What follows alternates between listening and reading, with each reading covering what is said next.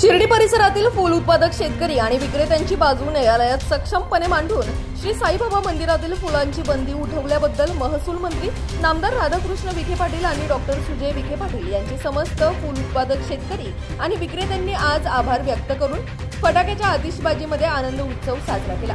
पुढे काय म्हणालेत नामदार राधाकृष्ण विखे पाटील पाहूयात। मागणी होती, काय पहिली प्रतिक्रिया? तुम्ही अतिशय आनंदाचा क्षण आमच्या सर्वांकडून मदत करण्याच्या दृष्टीने मी प्रथमतः सत्तामाली घेत साहेबांच्या चरणी नमन होऊन हा निर्णय सर्व त्यांना मी समर्पित करतो। त्यांच्या आशीर्वादामुळे आम्हाला या प्रदीर्घ चालणाऱ्या लढ्याला यश मिळालं। तर कोविडच्या नंतर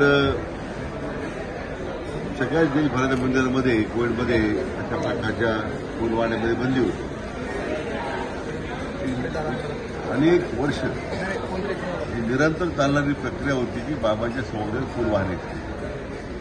कोविडमध्ये बंद झाल्यानंतर मग मात्र त्याला परवानगी मिळत नव्हती। न्यायालयाची लढाई, न्यायालयात प्रकरण अडकलं। मध्ये प्रशासकीय मंडळाने याच्यामध्ये जी भूमिका घ्यायला पाहिजे ती घेतली नाही। आता सरकारने परत सकारात्मक भूमिका त्यामध्ये मांडली। या तालुक्यातले जे फूल उत्पादक शेतकरी आहे आणि कृषी उत्पन्न बाजार समिती ठीक आहे, न्यायालयात गेले, आम्ही न्यायालयात घेऊ आणि मला वाटतं शेतकऱ्यांची विनंती माननीय उच्च न्यायालयाने मान्य केली। त्या सर्व आमच्या याचिकाकर्ते जे आहेत शेतकरी बांधव त्यांनाही मनापासून धन्यवाद देतो आणि माननीय उच्च न्यायालयाने सुद्धा मनापासून आभार व्यक्त करतो। दुसरा प्रश्न, प्रसाद तनपुरेंनी एका कार्यकर्त्याला शिवीगाळ केल्याची ऑडिओ क्लिप सध्या